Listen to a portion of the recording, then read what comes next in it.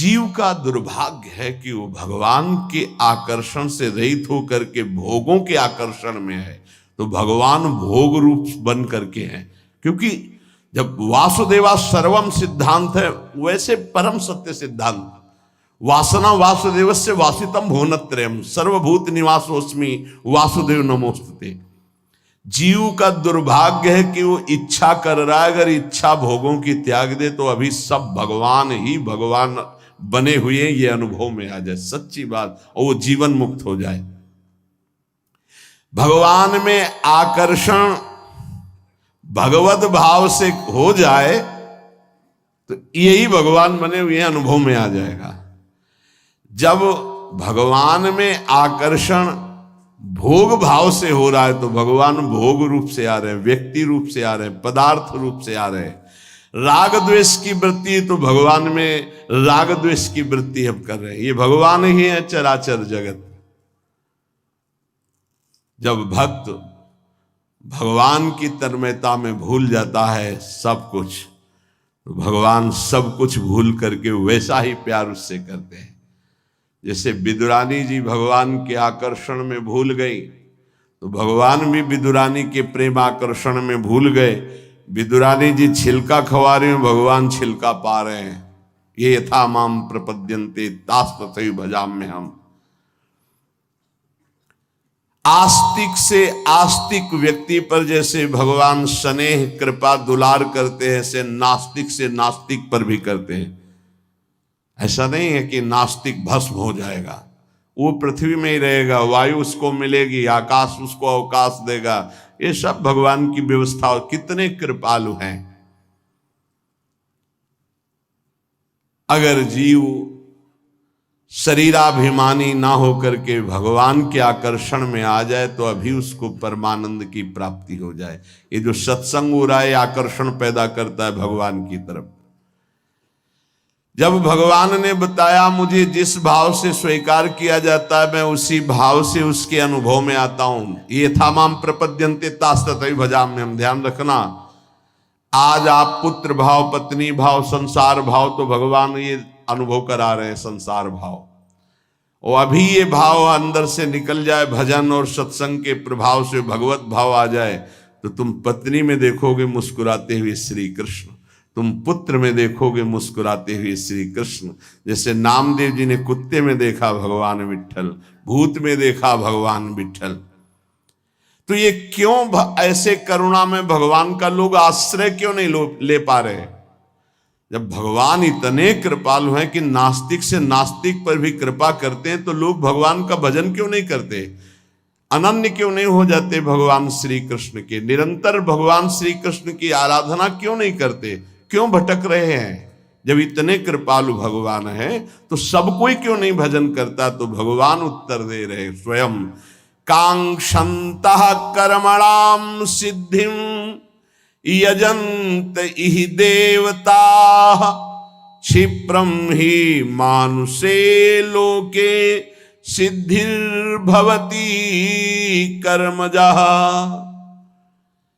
ये चाह भटका रही है, ध्यान रखना। कांक्षन्ता, कामना, चाह।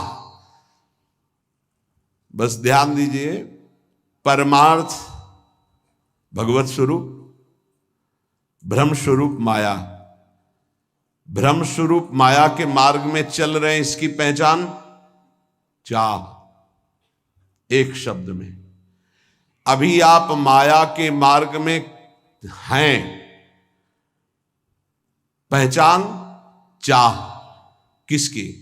भोगों की, शरीर सुख की, नाना प्रकार के लौकिक चाह। तो आप माया पथ के पथिक हैं। कांक्षन्ता, आकांक्षा। परमार्थ का पथिक चाह, दोनों में चाह। चाह श्री भगवान के भजन की, चाह भगवान के दर्शन की, चाह संसार से मुक्त हो जाने की, चाह प्रिया प्रीतम की श्रीअंग सेवा की। दोनों में चाह है, ध्यान रखना।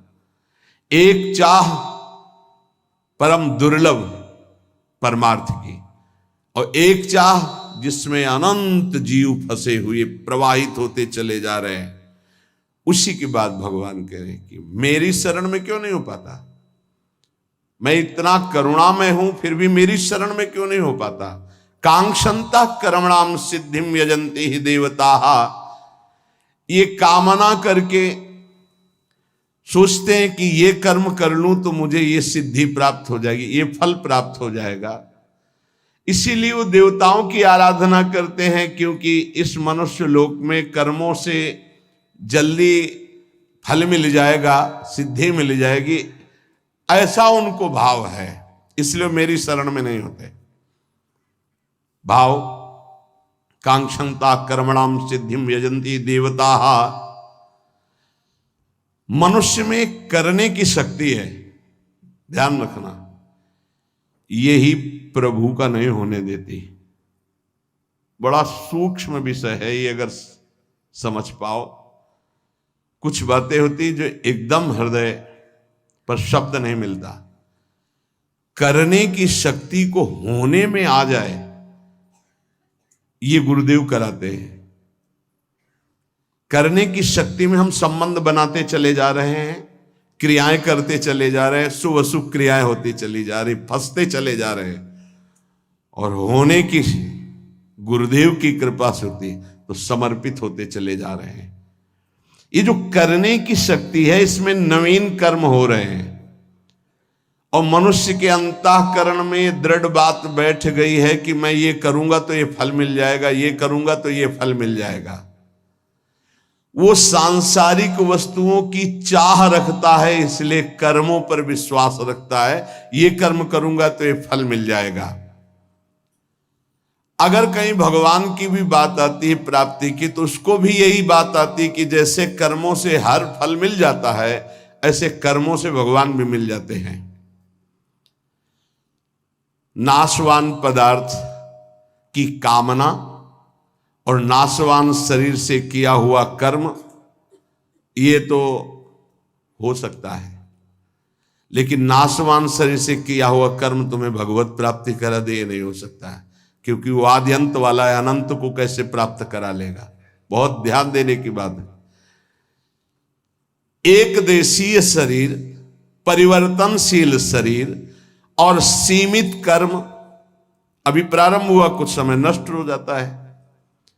भगवान कर्मजन्य नहीं है कि हम कर्म करके भगवान को प्राप्त कर लेंगे। भगवान अपरिवर्तनशील, नित्य, परिपूर्ण, इसलिए भगवत प्राप्ति में कर्म करते करते जब हार जाता है और प्रभु का हो जाता है तो भगवत प्राप्ति हो जाती है। अब कितने जन्म व्यतीत हो गए, अभी तक हारे नहीं। अरे अब हाथ उठाकर कहो मैं हार गया गोविंद, अब स्वीकार कर लो। पर ये देहाभिमानी हारता नहीं, बस यही समस्या है। भगवान करे यजंती ही देवता, अपनी कामनाओं की पूर्ति के लिए वो देवताओं का यजन करते, मेरी शरण में नहीं आ पाते। भगवान सरलता से समझ लीजिए पिता के समान है, देवता दुकानदार है। जैसे दुकानदार के पास वस्तु लेने जाओ, जरा हमको ये मीठा देना, कितना कितना दे, बोले भूख लगी भरपेट पवा दो। हाँ तो कितना पाओगे, लगभग 1 किलो पाएंगे, तो 500 रुपया निकालो। नहीं रुपया तो नहीं, चल बाहर, ठीक है। पिता के पास गए, भूख लगी है, ये पवा दो, तो वहां ये नहीं पूछेगा कि पैसा निकालो, क्योंकि बेटा है। ऐसे इसीलिए हम कभी कभी विनोद में कहा कि बड़े ही बच्चे हो तुम, भगवान के पास जाके तो 11,000 का भोग लगा दे कि हमारा काम कर दो। अरे ऐसा कैसे तुम सोचते हो?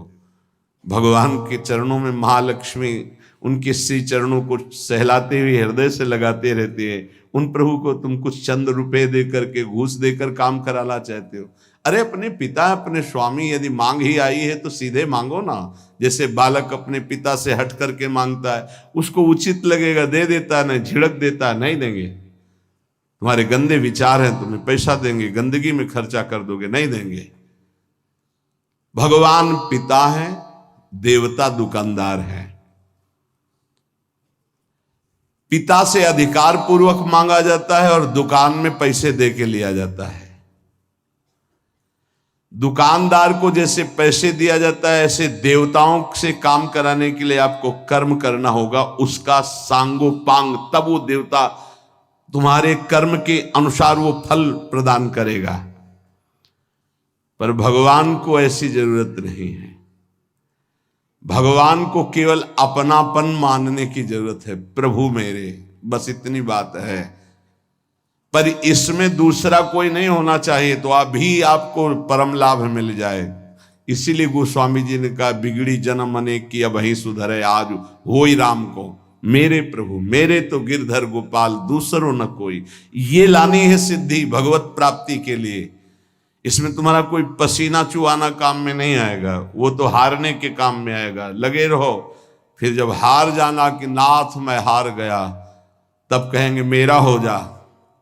बस यहीं से परमार्थ का दिव्य स्वरूप प्रकट होता है भक्ति मार्ग में। दूसरी बात, दुकानदार से कहो कि आप चाकू दे दीजिए, पैसा दीजिए, चाकू ले लीजिए। लेकिन पिता से कहिए चाकू दे दीजिए, तो कहेगा किस काम के लिए, क्या काम करना है, पहले बोलिए, आवश्यकता क्या है। अगर आप आवश्यकता सिद्ध नहीं कर पाए तो आपको नहीं देगा। लेकिन दुकानदार आवश्यकता नहीं पूछेगा, आपको चाकू दे देगा। आप अहित कर लो अपना, वो तुम जानो। ऐसे देवता हैं हमारे, भगवान ऐसे नहीं है। मांगोगे, अगर आवश्यकता सिद्ध होती है तो ठीक है। अगर उनको लगता है कि दुख भोग कर ये हमारी तरफ बढ़ेगा तो नहीं देंगे, भोग दुख और मेरी तरफ बढ़ और अपना परम कल्याण कर। लेकिन देवता ऐसा नहीं। अगर आपने सकाम अनुष्ठान किया है तो आपका हित हो, वही तो इससे मतलब नहीं, वो वस्तु आपको दे देंगे जैसे दुकानदार दे देता है। पिता सदैव अपने बालक का हित चाहता है, ऐसे ही भगवान सदैव अपने शरण में आए हुए का हित चाहते हैं। ये बहुत कृपालु हैं। अगर उनसे मांगो भी तो उनके ऊपर छोड़ दो, जैसा आप चाहो वैसा करो प्रभु। क्षिप्रम ही मानुषे लोके सिद्धिर्भवति कर्मजा। ये जितनी भोग भूमियां हैं, जितने भोग के लोक हैं, जितनी भोग वस्तुएं हैं, मनुष्य चाहता है मैं कर्म करके इन्हीं भोगों को भोगूं। कृपा निधान भगवान ऐसा नहीं होने देते। तुम्हें मनुष्य शरीर मिला है मेरी प्राप्ति के लिए, जीवन मुक्त होने के लिए, तुम फिर फंसने वाली बात मांगते हो। इसीलिए भगवान जल्दी भोगों की कामनाओं की बात नहीं सुनते। तो लोग क्या करते हैं, भगवान का आश्रय न लेकर देवताओं का आश्रय ले लेते, क्योंकि उनको इससे कोई मतलब नहीं कि तुम्हारा कल्याण होगा कि नहीं होगा। उसके अनुष्ठान करो और वो तुम्हें फल प्रदान कर देगा। कर्म संगिषु जायते, इन सबके दिमाग में बैठ गया कि ये करूंगा तो इससे ये फल प्राप्त होगा और उस फल को भोगूंगा, मैं सुखी हो जाऊंगा। ऐसा नहीं होता है। चाहे जितना आपको वैभव मिल जाए, चाहे जो पद मिल जाए, सुखी नहीं हो सकते। सुखी तभी होगे जब मन को सच्चिदानंद में लगा दोगे। इसके अलावा और कोई सुख का उपाय नहीं है। ये कई बार चर्चा में हो चुका है। मन विश्राम तभी पाएगा जब सच्चिदानंद प्रभु में जुड़ेगा। ये प्रकृति में कभी विश्राम प्राप्त ही नहीं कर सकता। तो ये जो लोग कर्मों के द्वारा प्राप्त होने वाले फल, देवताओं की आराधना के द्वारा प्राप्त होने वाले नाशवान फल हैं, ये इसी में आसक्त रहते हैं, भगवान की तरफ नहीं बढ़ते हैं। भगवान ने कहा कि यदि कर्म ही करना है तो अपनी जो धर्म सीमा के अंतर्गत है वो कर्म करो, मेरे को समर्पित कर दो, तो इससे भी तुम्हारा कल्याण हो जाएगा। चातुर्वर्णम मया सृष्टम गुणकर्म विभागशः तस्य कर्तारमपि माम विद्य कर्तारमव्ययम् न माम कर्माणि लिम्पन्ति न मे कर्म फले स्पृहा इति माम योऽभिजानाति कर्मभिर न सबध्यते।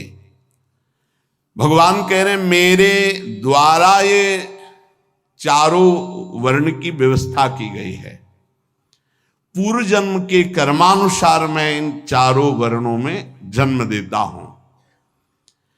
ये मेरे द्वारा की गई व्यवस्था है। कलयुग में नहीं चलेगी, कलिकाल इसे भंग कर देगा, क्षीण कर देगा। युग धर्म का प्रभाव होता है। चारों वर्णों की रचना मेरे द्वारा की गई है। पूर्व जन्म के तप, भजन, साधन, कर्म के अनुसार उसका जन्म वर्ण व्यवस्था में होता है। सृष्टि का रचनाकार आदिकर्ता मैं हूं, क्योंकि मेरे से ब्रह्मा और ब्रह्मा से मनुष्य रूपा आदि सब सृष्टि का विस्तार, तो आदिकर्ता मैं हूं। मैंने रचा है ये चार वर्ण। मुझ अविनाशी परमेश्वर को इन सब का प्रादुर्भाव करने वाला होने पर भी अकर्ता ही जान। कारण कि कर्म फल में मेरी कोई आसक्ति नहीं है। मुझे कभी कोई कर्म बांध नहीं सकता है। इस प्रकार जो तत्व से मुझे जान लेता है वो कर्मों में कभी नहीं बंधता है।